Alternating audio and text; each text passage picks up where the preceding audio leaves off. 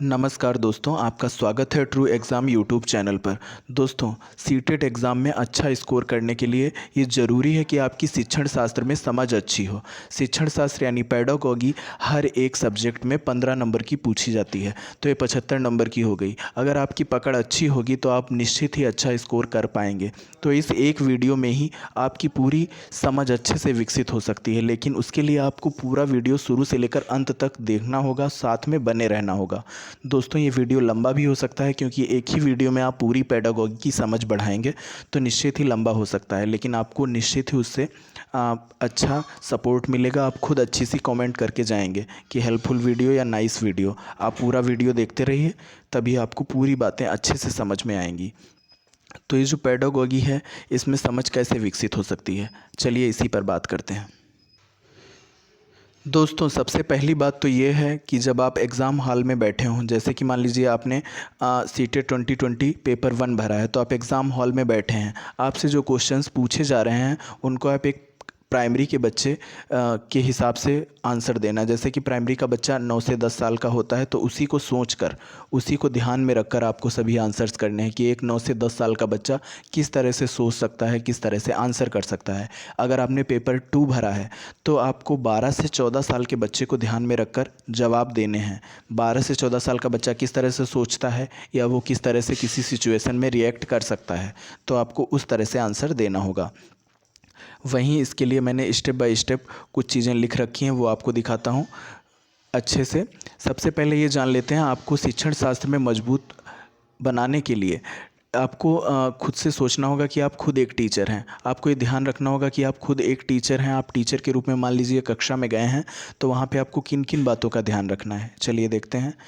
आप एक टीचर के रूप में कक्षा में गए, तो वहाँ पे आपको सबसे बड़ी चीज़ जो ध्यान में रखनी है, वहाँ पे आपको समानता बनाए रखनी है सभी बच्चों के साथ में। किसी भी बच्चे के साथ कोई भेदभाव नहीं करना है। सभी बच्चों के साथ समानता बनाए रखनी है, चाहे वो किसी भी जाति का बच्चा हो, चाहे वो किसी भी लिंग का, मतलब किसी भी जाति का कोई भेद नहीं करना है, किसी भी लिंग का कोई भेद नहीं करना है। आपको ये बिल्कुल नहीं कहना है कि जो लड़के हैं वो मैथ में तेज़ हो सकते हैं या लड़कियां हैं वो मैथ में तेज़ नहीं होती हैं। इस टाइप की कोई भी बात आपको वहाँ नहीं करनी है। सभी बच्चों में समानता बनाए रखनी है, किसी भी बच्चे में कोई भेदभाव नहीं करना है। ना ही आपको ये कहना, ना ही आपको ये सोचना है किसी भी बच्चे के बारे में कि वो मंद बुद्धि है या फिर कोई उत्कृष्ट बुद्धि का तेज बच्चा है। तो आपको किसी भी तरह की कोई भेदभाव नहीं करना है, सभी को समान दृष्टि से देखना है।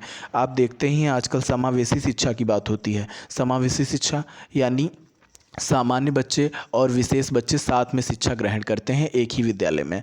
तो दोस्तों, जो सामान्य बच्चे होते हैं और विशेष बच्चे यानी कि जो मतलब शारीरिक रूप से विकृत हैं, किसी भी तरह की त्रुटि है उनके शरीर में, आँख नाक कान कुछ भी हो सकता है, या फिर लंगड़े लूले इस टाइप के जो बच्चे होते हैं, तो जो शारीरिक रूप से विकृत हैं, तो विशेष बच्चे जो होते हैं उन्हें ही कहते हैं। तो आपको ध्यान रखना है कि कोई भी बच्चा हो, चाहे वो विशेष हो या सामान्य हो, तो उनमें समानता रखनी है, किसी भी तरह का कोई भेदभाव नहीं करना है। नहीं तो बच्चे हीन भावना से ग्रसित हो जाते हैं, वो आपसे क्वेश्चंस नहीं पूछेंगे, वो आपसे मतलब कोई भी तरह का बॉन्डिंग नहीं हो पाएगा। तो आपको ये ध्यान रखना है, कक्षा में सबसे पहली चीज़ जो है वो समानता बनाए रखनी है।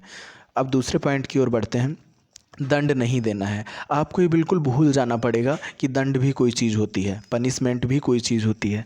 दंड को एकदम भूल जाना पड़ेगा। बच्चों को एकदम फ्री छोड़ दें, फ्री सोचने दें, तभी वो आपसे ज़्यादा से ज़्यादा क्वेश्चंस पूछ पाएंगे, तभी उनका विकास हो पाएगा। दंड को बिल्कुल भूल जाना है। नेक्स्ट है, रुचि उत्पन्न करनी है। जी हाँ दोस्तों, आपको विषय वस्तु बोरिंग नहीं बनानी है। छोटे छोटे बच्चे होते हैं वो बोर हो जाते हैं, तो आपको इस तरह से पढ़ाना है कि विषय वस्तु में रुचि उत्पन्न हो और बच्चे आपसे बंधे रहें, आप विषय वस्तु को अच्छे से समझ पाएँ। अब इसके लिए क्या करना है, आप खेल विधि से सिखा सकते हैं। खेल विधि के द्वारा सिखा सकते हैं, आप कहानियाँ सुना सकते हैं, कहानियों के माध्यम से सिखा सकते हैं। बच्चे को विषय वस्तु से जोड़ सकते हैं कहानी के माध्यम से, जिससे वो अच्छे से क्लास में जुड़ा रहे और ध्यान दे पाए। तो इस तरीके से आप कर सकते हैं। और भी मोटिवेशन दे सकते हैं और अच्छे से समझा सकते हैं, या फिर मतलब बहुत ज़्यादा उन पे लेक्चर टाइप के नहीं थोपने हैं, नहीं तो बच्चे बोर होने लगेंगे और उनका बिल्कुल मन पढ़ाई में नहीं लगेगा। कहानियाँ सुना सकते हैं और खेल विधि के माध्यम से सिखा सकते हैं। नेक्स्ट देखते हैं क्या है। वर्तमान शिक्षा छात्र केंद्रित। जी हाँ, आजकल की शिक्षा छात्र केंद्रित है। पुराने ज़माने में शिक्षक केंद्रित होती थी, लेकिन आज छात्र को ज़्यादा महत्व दिया जाता है। छात्र जो है आज वो प्राथमिक है और शिक्षक है वो गॉड है। फर्स्ट प्रायोरिटी स्टूडेंट को दी जाएगी और शिक्षक को सेकंड प्रायोरिटी दी जाएगी। मतलब आपको जो बच्चे हैं उन्हीं को सर्वोपरि मान के चलना है। शिक्षक जो है वो आजकल सुधारक के रूप में है, निर्देशक के रूप में है। शिक्षक निर्देश देगा, बच्चे पालन करेंगे, लेकिन आपको किसी भी तरह का दबाव नहीं डालना है बच्चों पे।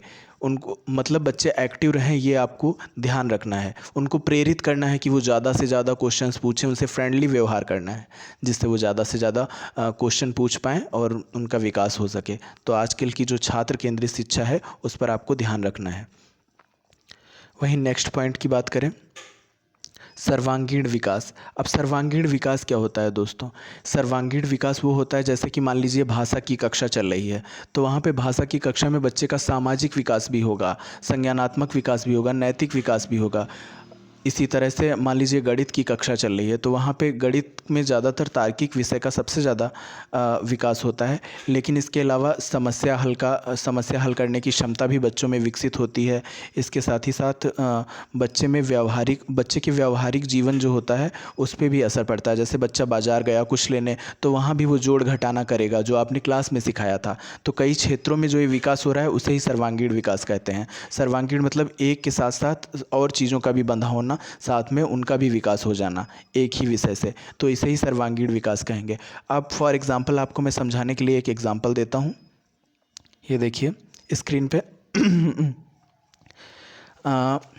जैसे मान लीजिए समाज, पड़ोस, इस तरह के क्वेश्चन आते हैं सीटेट में।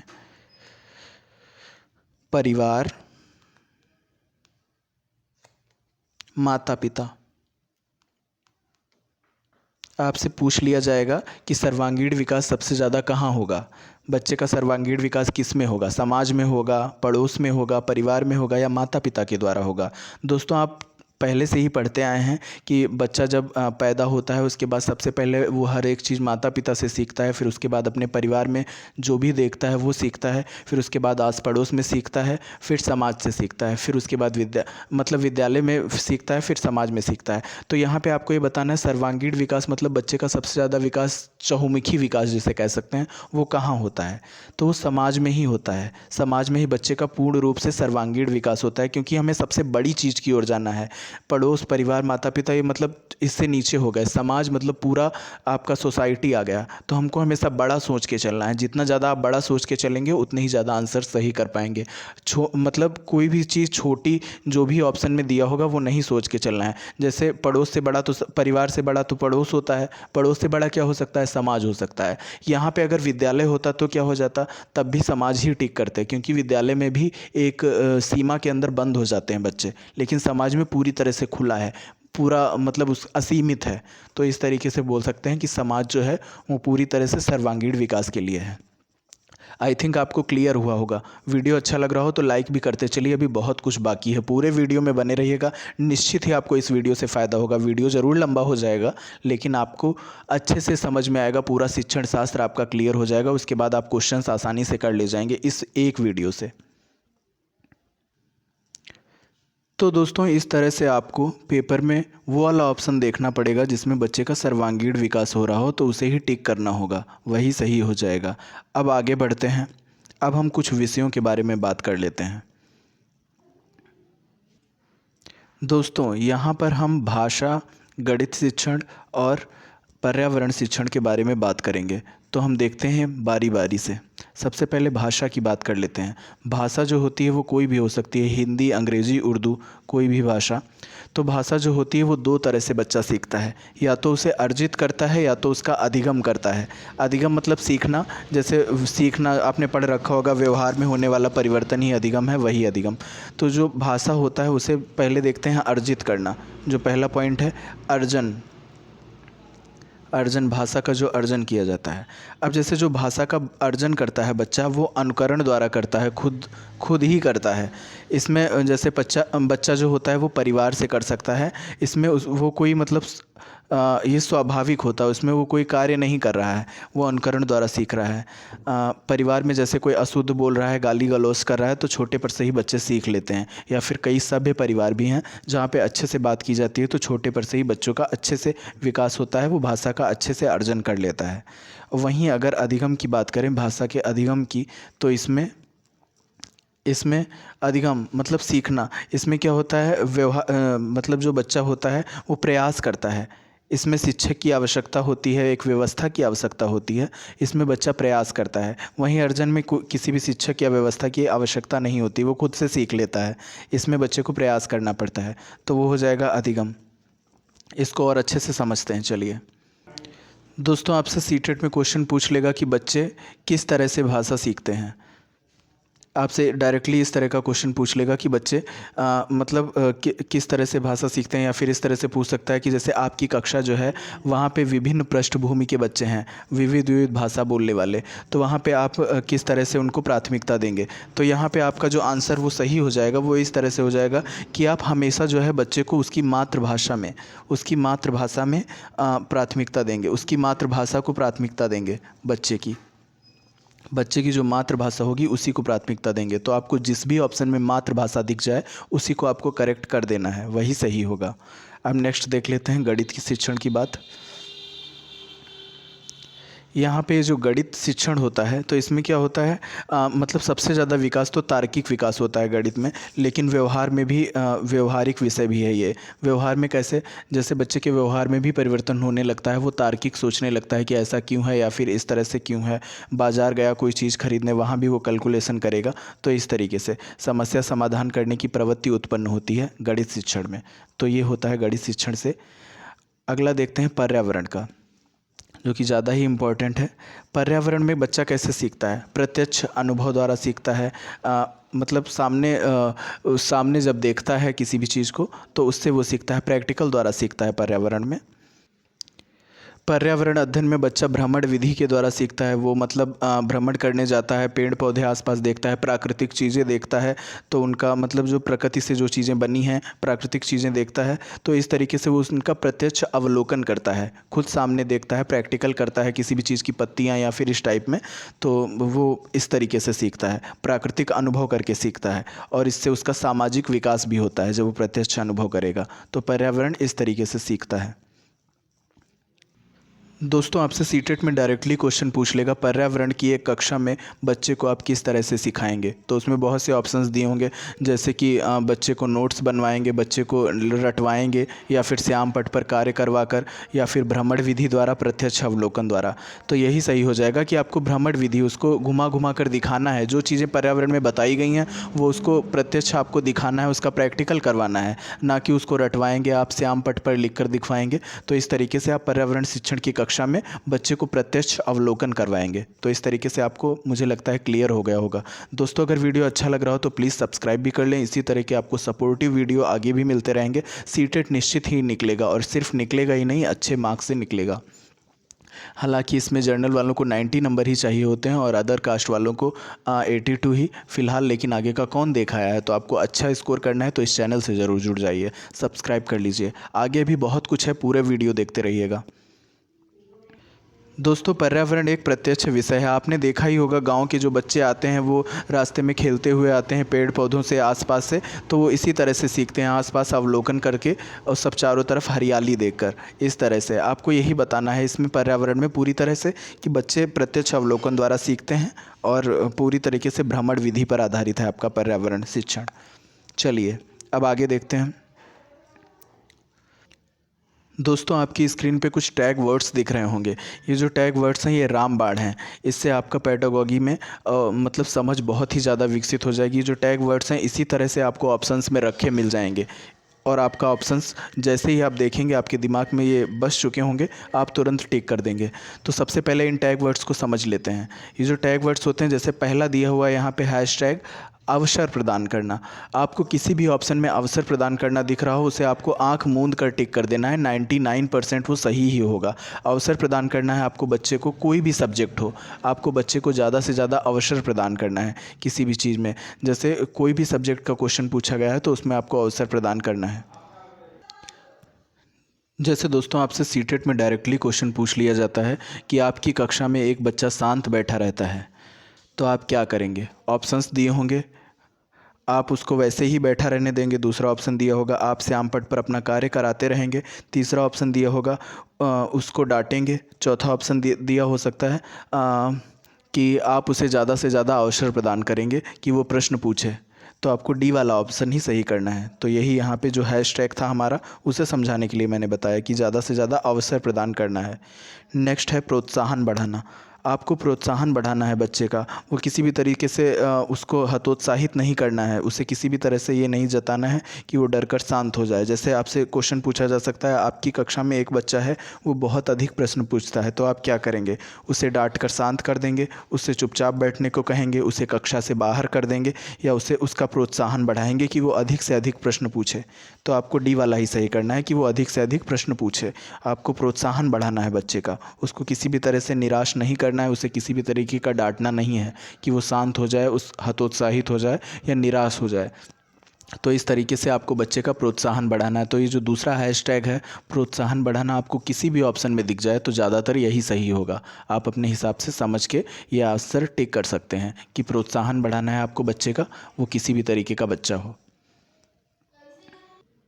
अब दोस्तों हमारे सामने जो तीसरा हैशटैग दिख रहा है व्यापक सोचने वाला, आपको व्यापक सोचना है। व्यापक मतलब बहुत बड़ा सोचना है। जैसे अभी आपने ऊपर देखा था सर्वांगीण विकास वाले में, उसी तरह से है बिल्कुल। आपको बहुत ही ज़्यादा सोचना है, बड़ा सोचना है। छोटा सोच के बिल्कुल उस ऑप्शन पे टिक नहीं करना है जो आपको बड़ा दिख रहा हो। जैसे कि फॉर एग्ज़ाम्पल आपको समझाने के लिए मैं दिखाता हूँ, खेल का मैदान, खेल का मैदान हो, खेल का मैदान हो और विद्यालय, विद्यालय हो सकता है, कक्षा हो सकता है। तो इनमें बताइए कौन सा बड़ा आप मानेंगे।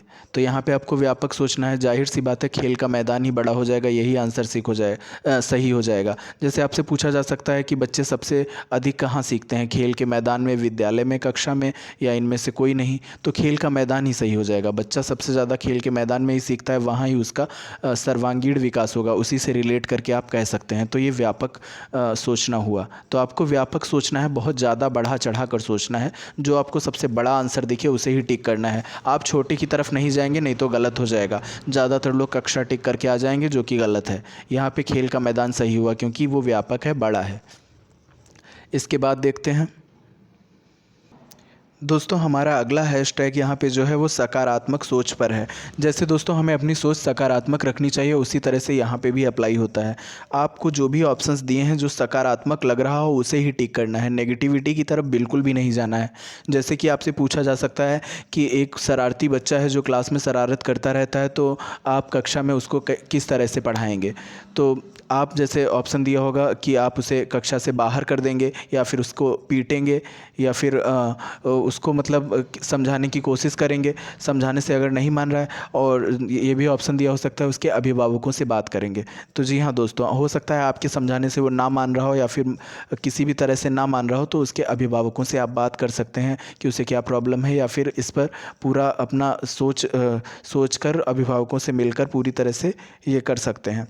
इस तरह से आपको अपनी सोच पूरी तरह से सकारात्मक रखनी है यहाँ पे, क्योंकि जो नेगेटिव वाला ऑप्शन होगा उस पर आप धोखे से भी टिक कर देंगे तो वो गलत हो जाएगा। यही वजह होती है जो सीटेट में ज़्यादातर शिक्षण शास्त्र के लोग गलत कर आते हैं, यही एक वजह होती है। तो ये सब हैशटैग आपको ध्यान में रखने हैं। नेक्स्ट है यहाँ पर सतत एवं व्यापक मूल्यांकन। दोस्तों आप मूल्यांकन आप सब ने पढ़ा होगा, तो वो जो मूल्यांकन होता है वो उस पर मतलब सतत एवं व्यापक, यहाँ पे ये तात्पर्य है सतत से। सतत मतलब होता है निरंतर, हमेशा चलने वाला। और व्यापक जो होता है, व्यापक अभी आप 2 बार यहाँ पे समझ चुके हैं। जो सर्वांगीण था और व्यापक, वही वाला व्यापक है ये। आपको ज़्यादा से ज़्यादा व्यापक मतलब दूर का सोचना है, पूरा बड़ा। उस तरीके से सतत मतलब निरंतर, निरंतर उसी तरह से निरंतर मूल्यांकन करना है, व्यापक मूल्यांकन करना है। तो वही है यहाँ पे, आपको सतत एवं निरंतर मूल्यांकन करना है। अब इस पे ज़्यादा मैं डिस्कस नहीं करूँगा, सिर्फ इतना ही कहना चाहूँगा। आपको किसी भी ऑप्शन में सतत एवं व्यापक मूल्यांकन दिखे, आँख मूंद कर आपको उस पर टिक कर देना है, वो 100% सही होगा। आप अपने प्रीवियस ईयर के क्वेश्चन देख लीजिए या कहीं भी देख लीजिए, इस चैनल पर जुड़ जाइए। आपको एक वीडियो पड़ा हुआ है, आगे भी मिलेंगे प्रीवियस ईयर के वीडियोज़ और भी बहुत ही इंपॉर्टेंट वीडियोज़, तो सब्सक्राइब ज़रूर कर लीजिएगा, तो उसमें आपको मिल जाएगा। तो ये जो सतत एवं व्यापक मूल्यांकन है आपको कहीं भी दिखे किसी भी ऑप्शन में तो आपको आंख मूंद कर टिक कर देना है। इसीलिए मैंने ये हैशटैग बनाए हैं, ये आपको डायरेक्टली ऑप्शंस में ऐसे ही रखे मिल जाएंगे। आप पीछे के क्वेश्चंस देख सकते हैं। अब ये वाला देखते हैं नेक्स्ट, निदानात्मक एवं उपचारात्मक परीक्षण।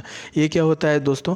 जो परीक्षण होता है मतलब जैसे आप परीक्षण कर रहे हैं तो आप कैसे करेंगे? निदानात्मक परीक्षण का मतलब होता है निदान करना। जैसे बच्चे को क्या समस्या है, बच्चे को कई तरह की समस्याएं भी हो सकती हैं, तो उनका जो पता लगाएंगे उसे ही निदान कहते हैं, निदानात्मक। और उपचारात्मक क्या करेंगे? आपने समस्या का वो कर लिया, मतलब पता कर लिया, फिर उसके बाद उसका जो उपचार करेंगे, उसको जो ठीक करेंगे, उसे ही उपचारात्मक परीक्षण कहेंगे।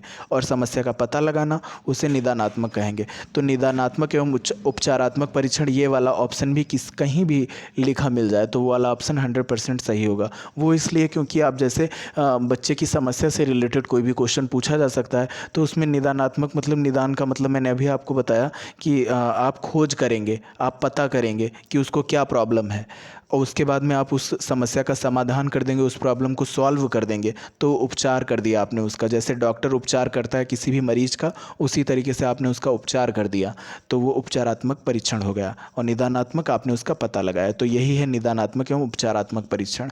तो आप ये ऑप्शन कहीं भी देखें तो आप तुरंत उसको सीधे टिक कर सकते हैं। तो इसलिए मैंने ये हैशटैग आपके लिए बनाए थे। ये हैशटैग आपको जहाँ भी इसी तरह से मिल जाए, इनमें ज़्यादा कुछ समझना नहीं है, वैसे आप समझ भी गए होंगे, मैंने सबको डिटेल में बता दिया है।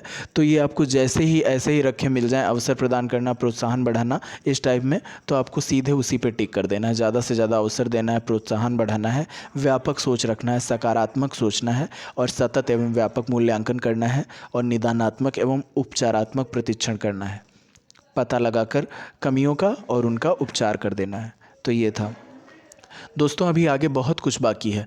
उम्मीद कर रहा हूँ आपको वीडियो बहुत अच्छा लग रहा होगा। लाइक भी करते चलिए, साथ में अपने दोस्तों को भी शेयर करते चलिए। अकेले अकेले नहीं खाया जाता, सबको बांटेंगे तभी आपको अच्छा मिलेगा। अच्छा स्कोर करेंगे, चैनल को भी सब्सक्राइब करके रखें। चलिए अब आगे देखते हैं क्या है दोस्तों। चलिए अब एक बार पूरा वीडियो शॉर्ट में समराइज़ कर लेते हैं शुरुआत से। मुझे लगता है आपकी समझ अभी तक विकसित हो चुकी होगी। आप 2-3 बार इस वीडियो को देखेंगे तो ज़रूर आपको ये बहुत ही फ़ायदा मिलेगा। आप इसके बाद प्रीवियस ईयर सॉल्व कीजिएगा, आपको देखना निश्चित ही फ़ायदा मिलेगा। इस पर एक प्रीवियस ईयर का पड़ा हुआ है, 2019 का प्रीवियस पेपर सीटेट का, वो आप देख सकते हैं। यहाँ पे दोस्तों सबसे पहले मैंने आपको बताया था कि आपको ये सोच के चलना है कि प्राइमरी का बच्चा है तो 9 से 10 साल की उम्र के बच्चे के हिसाब से सोचना है, और अगर वो जूनियर का पेपर दे रहे हैं तो आपको 12 से 14 साल के बच्चे की सोच के हिसाब से सोचना है। फिर उसके बाद मैंने आपको बताया ये सब पॉइंट्स कि आपको अपने बच्चों के, मतलब आप टीचर के रूप में कक्षा में गए तो आपको सभी बच्चों को समान दृष्टि से देखना है, किसी को दंड नहीं देना है, बच्चों में रुचि उत्पन्न करनी है। वर्तमान शिक्षा छात्र केंद्रित है, मतलब छात्र को पूरी तरह से केंद्र में रखेंगे, इर्द गिर्द उसके शिक्षक रहेगा। सर्वांगीण विकास करना है, ऐसा मतलब ऐसा विषय से जोड़ के पढ़ाइए जिससे उसका सभी क्षेत्रों में विकास हो सके, चाहे वो आपका संज्ञानात्मक हो, सामाजिक हो, नैतिक विकास, सभी तरह से। उसके बाद हमने डिस्कस किया था भाषा, और भाषा में जैसे आप हिंदी, अंग्रेजी, उर्दू या कोई भी भाषा हो उसका अर्जन करते हैं या अधिगम करते हैं। फिर उसके बाद हमने गणित के बारे में जाना, तार्किक विषय होता है, और व्यवहार के बारे में जाना, कैसे बच्चा बाजार जाकर भी उसे उपयोग में लाता है। फिर पर्यावरण के बारे में जाना, भ्रमण विधि द्वारा कैसे बच्चा सीखता है, और प्रत्यक्ष अनुभव द्वारा, प्रैक्टिकल द्वारा कैसे सीखता है। फिर उसके बाद हमने हैशटैग जाने जो कि रामबाण थे, वो आपको ऐसे ही रख के मिल जाएंगे। मतलब बच्चों को ज़्यादा से ज़्यादा अवसर प्रदान करना है, बच्चों को प्रोत्साहन बढ़ाना है, व्यापक सोचना है, जो जितना ज़्यादा बड़ा सोच सकते हैं, जैसे खेल का मैदान और समाज।